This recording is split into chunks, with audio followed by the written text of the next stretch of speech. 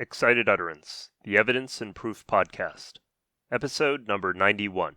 Edith Beerdsen, Litigation Science After the Knowledge Crisis.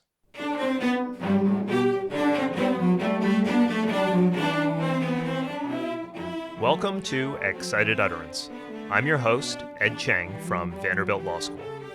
Excited Utterance is your podcast for cutting-edge scholarship and developments in the world of evidence. We bring virtual workshops to you throughout the academic year. This week, our guest is Edith Beerdsen. Edith is an acting assistant professor in the lawyering program at NYU. Edith's research interests are in the use of scientific evidence in civil litigation, as well as empirical legal questions. Our podcast today features Edith's new article, Litigation Science After the Knowledge Crisis. It's forthcoming in the Cornell Law Review. In it, Edith discusses the replication crisis that has torn through the social scientific world over the last decade. She explains the reasons for the crisis, as well as how those very same problems appear in the scientific evidence that we frequently find in the litigation context. Edith then explores what the legal system should do to deal with those problems. She reframes the role of judges and lawyers and tries to empower judges to be more effective Daubert gatekeepers. Edith, delighted to have you on Excited Utterance. Welcome. Thank you very much. I'm very excited to be here.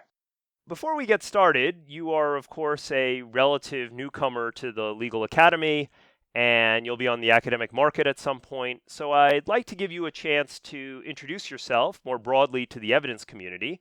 What are the kinds of legal issues that you're interested in and why? Thank you very much. I really appreciate that opportunity. I'm interested in issues of evidence and specifically issues of scientific evidence and science in the courtroom more broadly. I have found in my research so far that very frequently intersects with issues of civil procedure, so that is another one of my main interests. And more broadly, litigation culture in general. What is it that is not specifically an outcome of rules or laws that nevertheless affects how things are done in the courtroom? Your article begins with a discussion of the knowledge crisis or replication crisis in the social sciences. Tell us more about what happened and exactly what that crisis was. Sure. This was a crisis that began almost 10 years ago now, initially in the field of psychology. There were a number of very influential studies or studies that made a big splash in the field of psychology that people started to look at. And when they did so, they realized that these studies were based on flawed research methodology. The first thing that was noticed was that some of these studies could not be replicated. So when another research group tried to redo the study, they would find different results, or they would find results that otherwise deviated from the initial results. This was disconcerting, and so some scholars started to look into the causes for this. It took a while to really get to the bottom of this, but over the years that followed, so this is in the early 2010s, a number of groups really looked at this in depth and found a number of root causes that underlay a lot of the problems. And from here, the issue spread from psychology to sociology to biology, even medicine, a lot of different academic fields that realized that they had all been relying on methodology that turned out to be fundamentally flawed. And I just want to be clear that what I'm talking about is not specific methods, so not specific techniques or machinery or anything like that.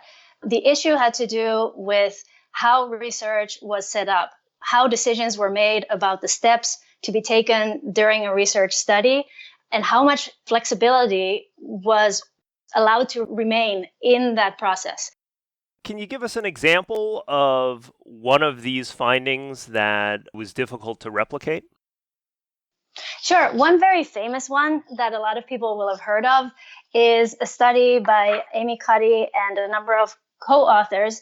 They showed, or they purported to show, that taking on power poses, what they called power poses, so Superman poses, Superwoman poses, for a few minutes, increased people's confidence, increased people's security as they would go into a meeting, for example, that they were nervous about. This was something that was a very popular finding. It spread all over the internet. I think a lot of people really loved that result, because who wouldn't want to have some kind of trick to take with them into an interview or before they give a talk and feel more confident about that? But when other groups tried to replicate the study, they just couldn't. A lot of different groups have tried this. I think it's dozens by now. And the results were just all over the map. They would not turn out the same way as the original study did. What was the cause of the replication problem? You said that it was primarily due to the way that research was set up. What were the researchers doing that created this replication problem? Right. So there is a big difference in outcomes and in the reliability of outcomes that depends on how research is set up. If you compare two groups of researchers, and one group lays out their hypothesis in advance and lays out all the steps in advance that they're going to take, how they're going to collect the data, how they're going to clean up the data, how they're going to analyze the data. That's what one group is doing. And then the other group, instead of doing that, they leave a lot more open. So they have a general sense of what they're going to look at, but they're just going to gather some data, look at the data using a number of different techniques, depending on what they find, possibly gather some more data and look at that.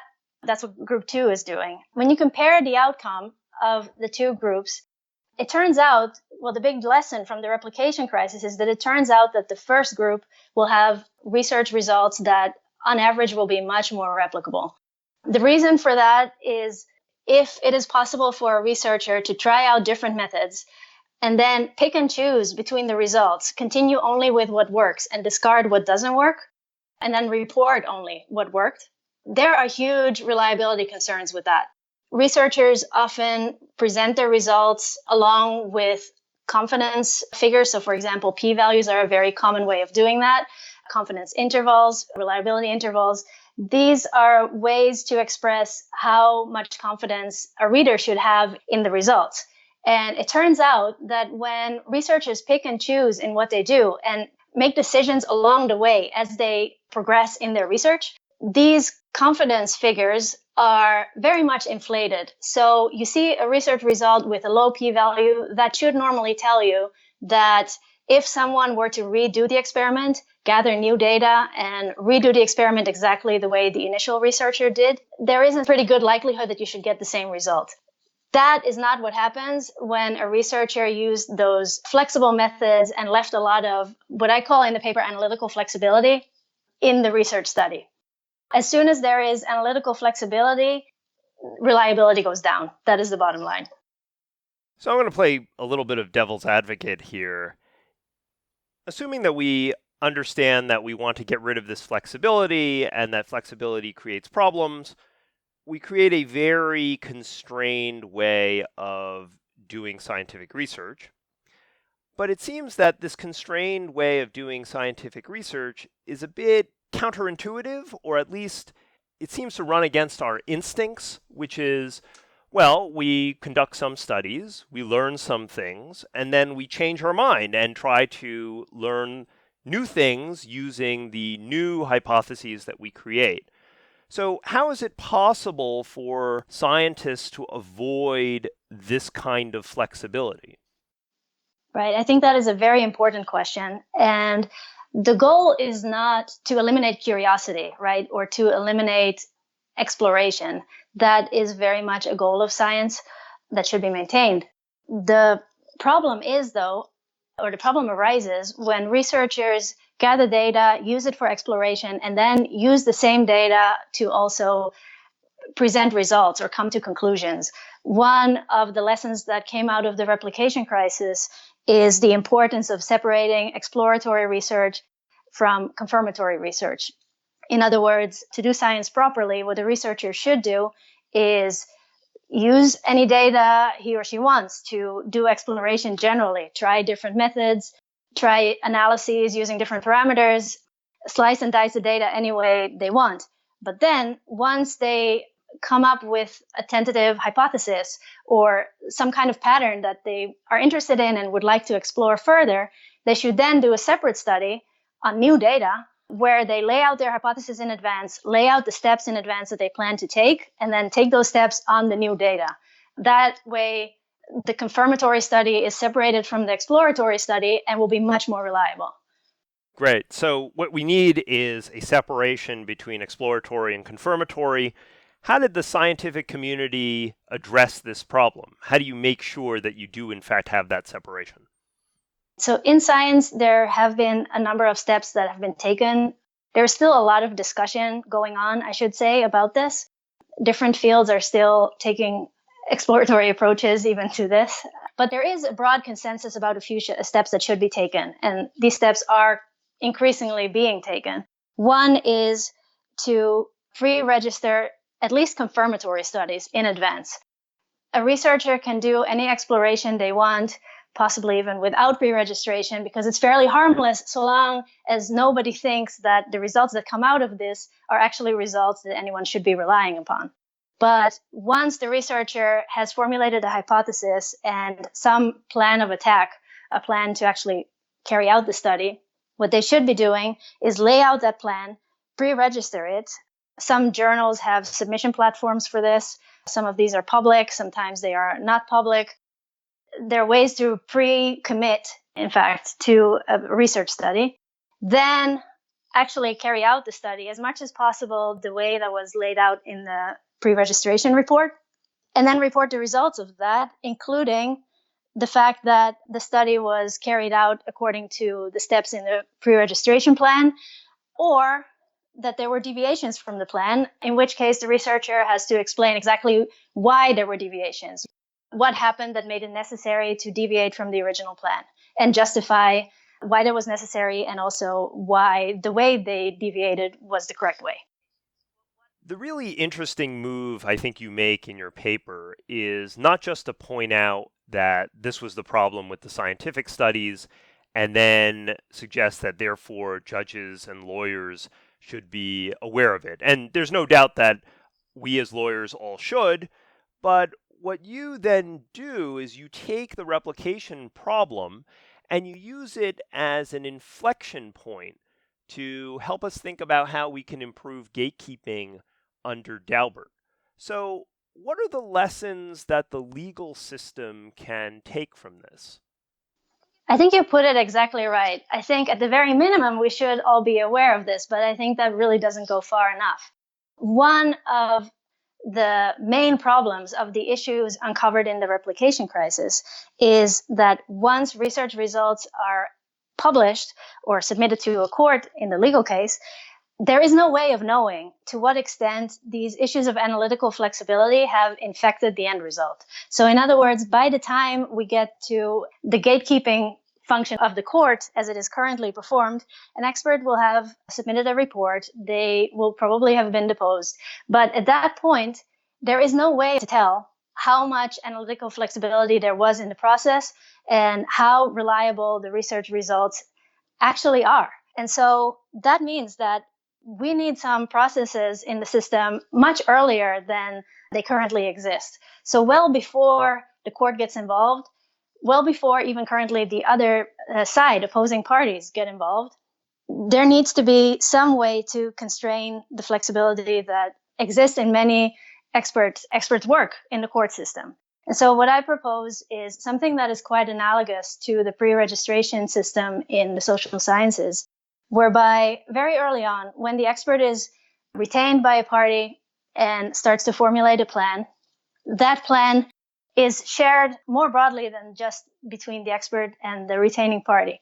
And what that could look like, it could take several forms. It could be an exchange with the other parties. It could be an exchange with involvement of the court.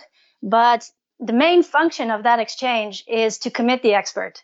So it is a commitment device whereby the expert is forced to present a hypothesis up front and a plan for the research study that the expert plans to perform, or the analysis he or she plans to perform, so that there is no room, or much more limited room, for changes along the way and for selective reporting and for the kind of reporting that comes with inflated sense of reliability at the back end.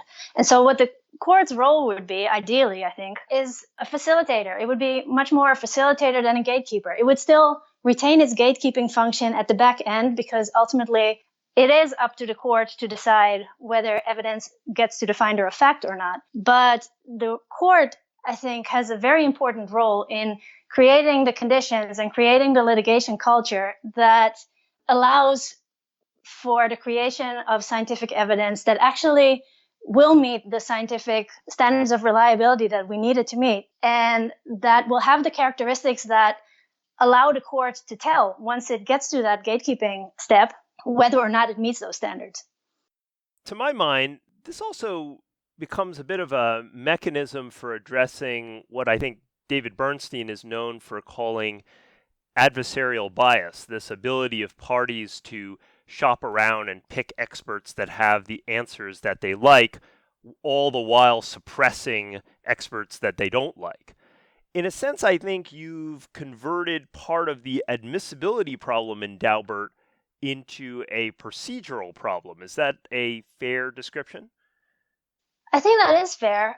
And I think you're pointing out something interesting, that there is an ability that parties have to retain different experts or to try out different experts, have them do some work, and then present only what works. This proposal would address some of that. It would not solve every issue in every single case, because some problems are just too easy to solve. Some analyses just don't take a lot of time. And so an expert could easily just do it, then pre-register it and redo it again. But there are a lot of cases in modern civil litigation that require a lot of data, often data that has to be retained from an opposing party. And not only a lot of data, but also a lot of hours and a lot of expense. And so it is quite a stretch to think that parties would go through all that effort and expense if they don't know that their expert will be admitted at the end, and then have to redo it again. So one thing that this proposal would help ensure is that parties think about what kind of expert they want to retain, and then retain one, and then pre-register what that expert is going to do. And then that expert is bound to a certain extent. There can still be variations along the way, but those variations have to be explained and have to be backed up. And a court that is familiar with the issues and is aware of the flexibility issues that it should be looking out for should be a great help for a court like that, to have the pre-registration report and to have the parties thinking about it in those ways and to have the expert commit up front. I think there's no doubt that these reforms would limit what attorneys do now and also impose a lot of responsibility on judges. What are your thoughts on the likelihood that judges and attorneys would be amenable to these changes? Will judges want this kind of deep involvement in the production of the scientific evidence? And will attorneys tolerate these restrictions? I think that is a very interesting question that requires a lot of discussion within the system.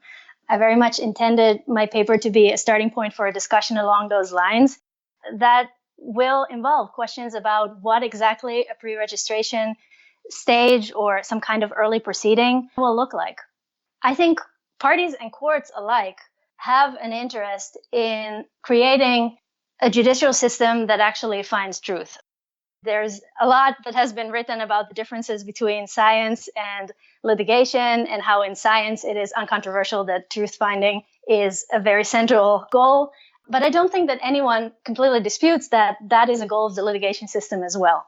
And so to the extent that we want outcomes of litigations to be correct and to be based on evidence that is actually reliable, there has to be an interest in creating the conditions that actually allow for that.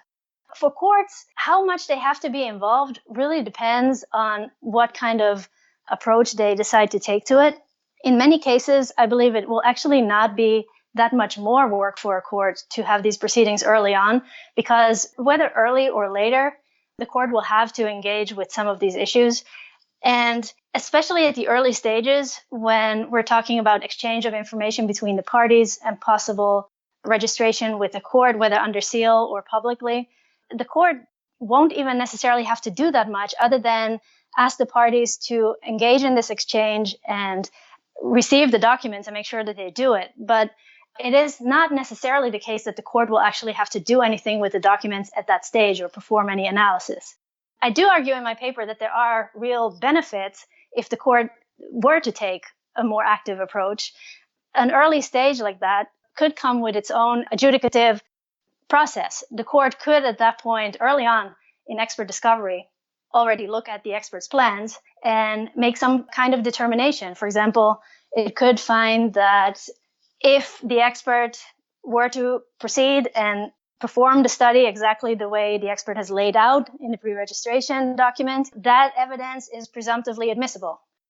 There could be a presumption that way, and that would be very beneficial to parties in the system and possibly the court. It would save time on the back end. That, however, on the whole, would probably take more of the court's time, of course, especially early on, and it may not always be time that gets recouped later because, as we all know, a lot of cases settle before they get to the later stages of the proceeding. As for the parties, there is quite a lot of literature out there about how relatively recent moves in evidence have made it more difficult, especially for plaintiffs, to bring their cases. Margaret Berger has written about how there is a class of cases that probably cannot even be brought currently because these cases can only be brought with expert evidence, and it is very expensive to acquire. And so a plaintiff who has no security that the expert evidence will be admissible will be reluctant to actually retain an expert and start the process. It's just too expensive and too risky. So parties like that should be really interested in early proceedings relating to expert evidence, because if early on, before their expert does any of the work other than making a plan, they can have some assurance that if the expert follows the plan, the results will ultimately be admissible. That enables them to find litigation finance possibly, or to proceed self-funded but with more confidence. And so for them, it's really interesting potentially. But I think there are benefits on the defendant side too. Defendants, if they get involved early on, they can actually play a role in shaping what the evidence will look like. They can critique the plaintiff's methodology before the plaintiff's experts actually start work. And so they have more of a role in limiting discovery, potentially focus on what really the issue is, and also importantly, focusing on the method rather than on the results. So it can be a much more productive discussion potentially.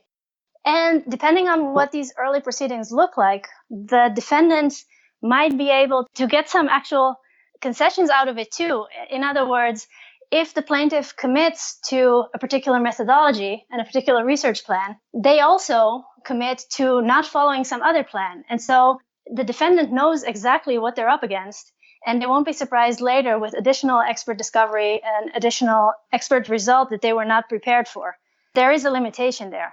And I should say about all of this that I'm talking about it in terms of plaintiffs and defendants in this way only because expert discovery often starts with plaintiffs. They tend to have more experts, and defendants often can wait a little bit later. And so that's why I'm talking about it this way. But of course, in some cases, also defendants start with expert discovery and retain experts earlier. Final question for you. What's next for this project? Any future directions that you are planning to take the work? I think there are a few things that could come out of this. One is there has to be more discussion, I think, about what form these early proceedings take, what the most feasible way is of implementing this that works best for parties and for courts. There are a lot of ways this could be implemented, and I think there has to be more discussion about that and more digging into that. One slightly different thing that came out of this for me as I was working on this was questions about the parties' ability to make their case the way they want within the current system. There is this notion of gamesmanship out there that sometimes is valued and sometimes is not valued. Sometimes when we try to change how litigation proceeding is done, sometimes there is pushback in the nature of, well, but doesn't this constrain the way the parties can make their case the way they want? And that is true. And so to some extent, there is a value in the legal system that we assign to that. The value of parties being able to play the game by the rules, but still play the game to some extent. And then there are other situations where gamesmanship is considered a negative thing, something that is almost crosses the line into cheating. Parties getting away with things that they shouldn't be getting away with. And so one thing I plan to look at is what the dividing line is between those two. In what circumstances do we value the flexibility in the system that allows parties to do their thing, and when do we not? When do we think that that is actually something that should be stamped out? Well, Edith, thanks for taking the time to talk about this intriguing new take on how to improve gatekeeping. Great having you on the show. Thank you so much. To me, the various statistical problems at the root of the replication crisis have long served as a broad cautionary tale. There's little doubt that modern statistical methods are extremely powerful. They allow us to make rigorous inferences, and they enable us to detect phenomena that are far beyond our unassisted capacities as human beings. But this power comes with a definite fragility, and that is something that we as lawyers, we as consumers of those statistical inferences, have to remember. Statistical methods require assumptions, and those assumptions can be easily violated through carelessness or even encouraged by external incentives. What I've always liked about Edith's article is that she not only highlights these dangers to legal actors, but in fact turns the cautionary tale inward on the legal system itself. The adversarial process, too, is powerful and fragile. Powerful in that it creates helpful incentives for each side to present its best case. Fragile because without appropriate controls, the adversarial system risks distorting the truth rather than helping in its recovery. That's why judges are critical in their gatekeeping role. The adversarial process simply doesn't work by itself. That leads me to my final point. Philosophically, it seems that what Edith is proposing here takes the idea of discovery and managerial judging to its logical conclusion. In her paper, Edith is actually so bold as to say that the judge under her scheme becomes less gatekeeper and more facilitator. Judges can't just wait until the end of the exercise to engage in their gatekeeping powers. Instead, judges need to manage the system of evidence creation in order to ensure the right grist for the mill. It's sure to be an uncomfortable position for judges, but one in accord with this modern age of discovery, settlement, and managerial judging. As Edith realizes, this modern structure is in tension with the perhaps romantic notions of drama and gamesmanship in litigation, where the lawyer serves as something of a champion. But think about discovery. Historically, there was drama and gamesmanship in surprise witnesses and surprise testimony. And discovery has changed all of that. Support for Excited Utterance is generously provided by Vanderbilt Law School's Brandstetter Litigation and Dispute Resolution Program and the University of Arkansas School of Law. The associate producer is Alex Nunn, and the production editor is Grace DiPietro. Additional production assistance is provided by Francesca Rutherford, and music is provided by the Vanderbilt University Blair School of Music's Children's Cello Choir under the direction of Kirsten Castle-Greer. Thanks also to the Faculty of Law at the Hebrew University of Jerusalem, who hosted me during the first half of 2020. I'm your host, Ed Chang, and I hope you'll join us again next time when we take on another new work in the world of evidence and proof.